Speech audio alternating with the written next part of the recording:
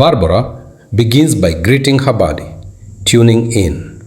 She knows that on a day when she must deliver blistering angles, surprise drop volleys, or sustain a long duel deep into the third set, she relies not just on technique, but on the muscle beneath her skin, the robustness of her connective tissues, and the seamless integration of strength, speed, and endurance. Her program is never static. It changes across the season, but certain themes always thread through it. Building power, preserving durability, optimizing movement, and maintaining cardiovascular reserves. On a typical training day, she might arrive at a well-equipped gym in the morning. The air smells of rubber and chalk, the hum of weights and machines muted in the background. Today is one of the heavier sessions, the kind she does during the off-season or early pre-season when she's not competing. She works movements that engage the large muscles of her legs, hips, and back, not in isolation, but in patterns of tension and extension that replicate the way she will push hard off her leg and drive her racket through a full swing.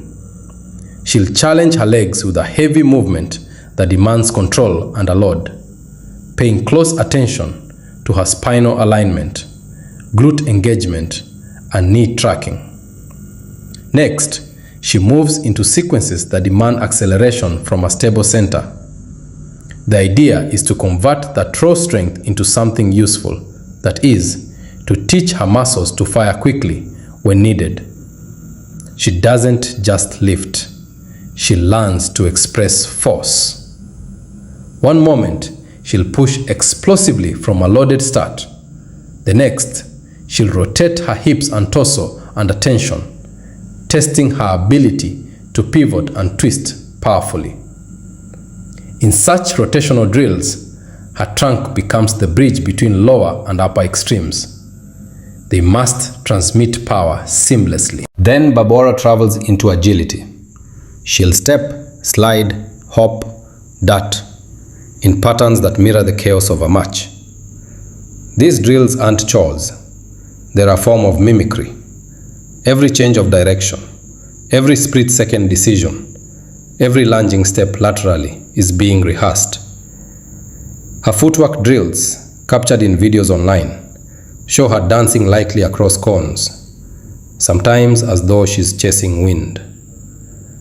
In these moments, she's trying to ingrain instincts.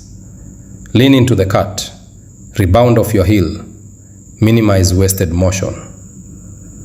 She knows that when fatigue sets in, those small inefficiencies multiply, and the opponent will punish them. Mid-session, she steers the conversation toward core integration. But the core here is not just about planks or crunches. It is about stability under stress, bracing through instability, resisting unwanted bend when her hips shift under force, and initiating movement from her torso when the legs drive. Her regime might include resisting twists under load, controlling asymmetrical positions, carrying weights at odd angles, or stabilizing through tall posture while perturbations occur.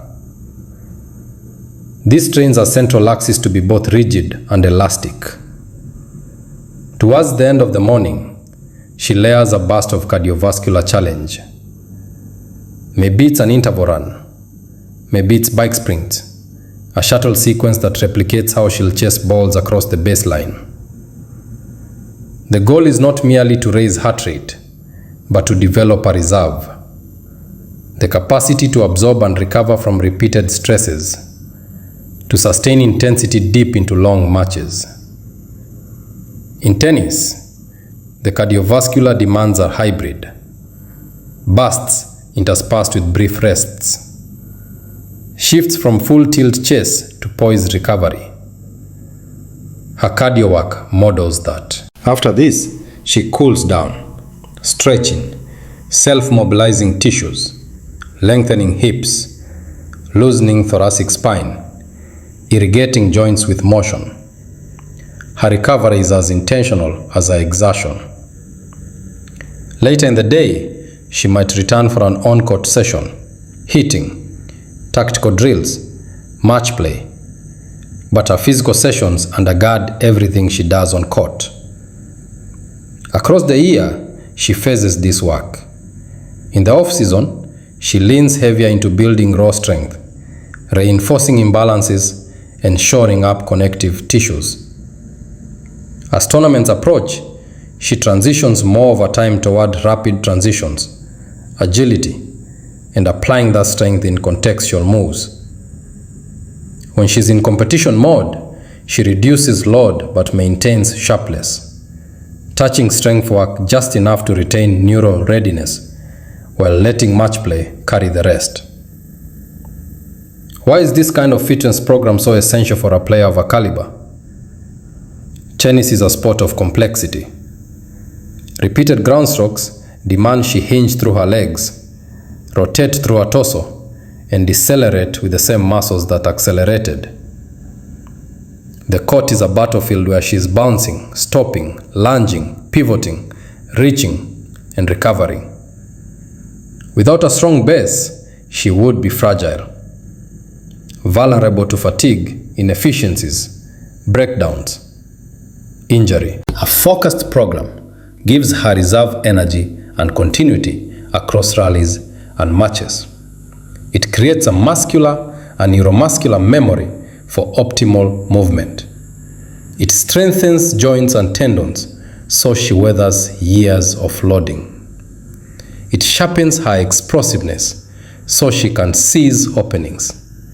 And it oxygenates tissues so she can outlast opponents who are beginning to fade. Barbora's footwork and core strength are often cited as pillars of her movement style.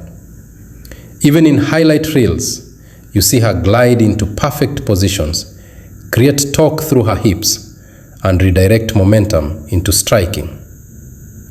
That elegance on court is underpinned by countless hours off court doing the gritty work of body preparation.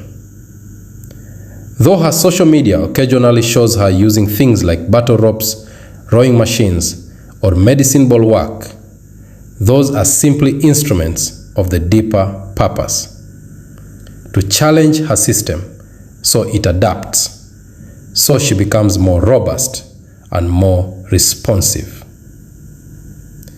In many tennis strength and conditioning guides, experts emphasize the importance of stress being cyclic: overload, then recovery, adaptation, and of building toward explosive tennis-specific motions rather than parlor tricks. One might ask, why layer strength work at all, when tennis itself is a demanding sport full of sprinting, change of direction, overheads, and strokes? Because tennis, for all its demands, is ultimately limited in the way it overloads the body. Without a structured fitness program, a player slowly reaches a ceiling. Technique may be refined, but physical capacity lags. The marginal gains from extra power, push, and resilience become the difference between a semi-final loss and a title. Another advantage: by periodizing, she can peak with her body at the same time she must peak in the tournament. She can arrive at a Grand Slam with her body optimized, not broken. During the season, she preserves, sharpens, and repairs. Off-season, she builds a new foundation. The controlled programming reduces the risk of overtraining or breakdown. And in those quieter months, she can dig in deeper into the strength work she cannot afford to neglect when matches and travel demand recovery.